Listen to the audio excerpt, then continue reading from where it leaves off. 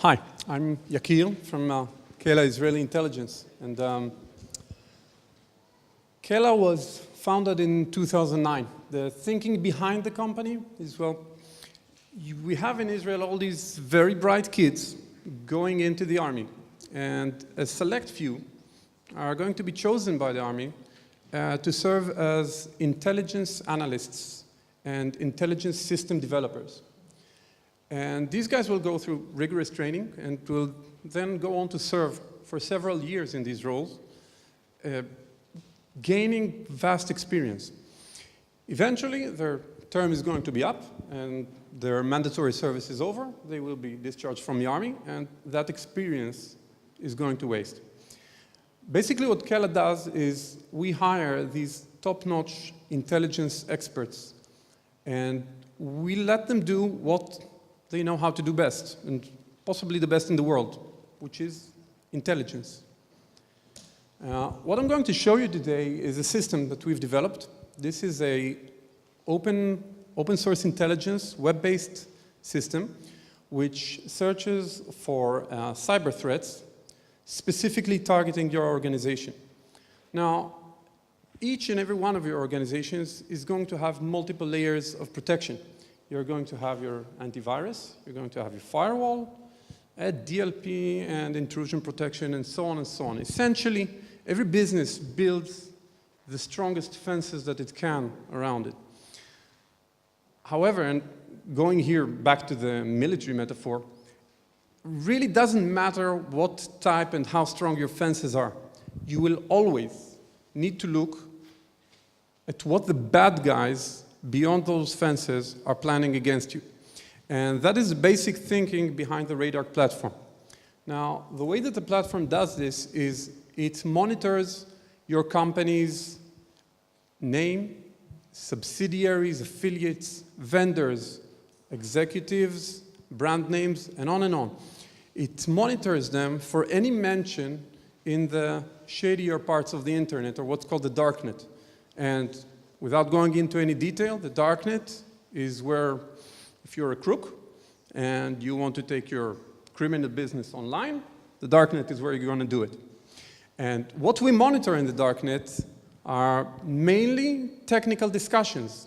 These are discussions between hackers that are collaborating with one another to get their jobs done. We monitor that as well as shopping sites. And let me give you some examples here. So this is the first example. What you see here is a shopping site from the darknet.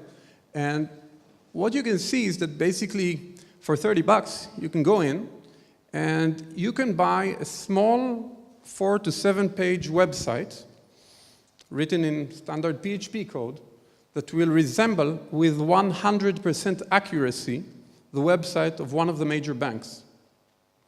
And once you purchase that, and once that thing goes online, you can rest assured that some percentage of that bank's customers are going to fall for this fake website.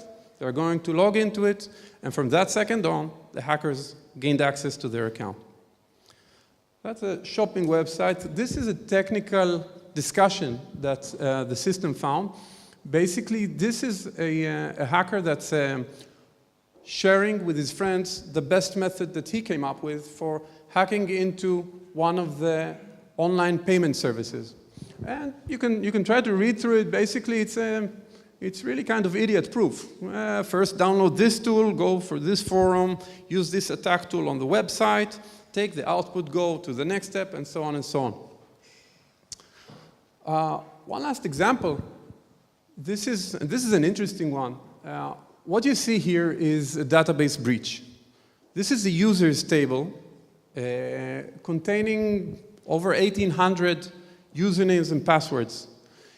And the system picked this up because it had 6 employees of our client, 6 employee usernames and passwords. Now, if you think about it, this is high-impact stuff. A bad guy out there now has access to 6 of your employee accounts. That's serious stuff.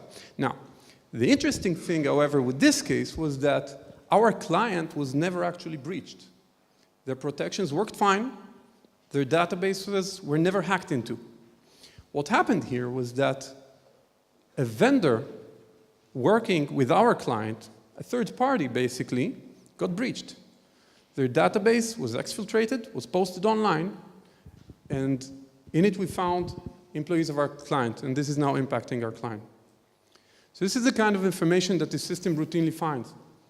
And just to summarize, I can go on and on with these examples because we really see them all the time, and they're very interesting, but at the end of the day, what's going to be common to all of these examples is that each of them is something that you really want to know is going out there against your business, and that none of them is going to trigger a response from any of the existing protections that your business has.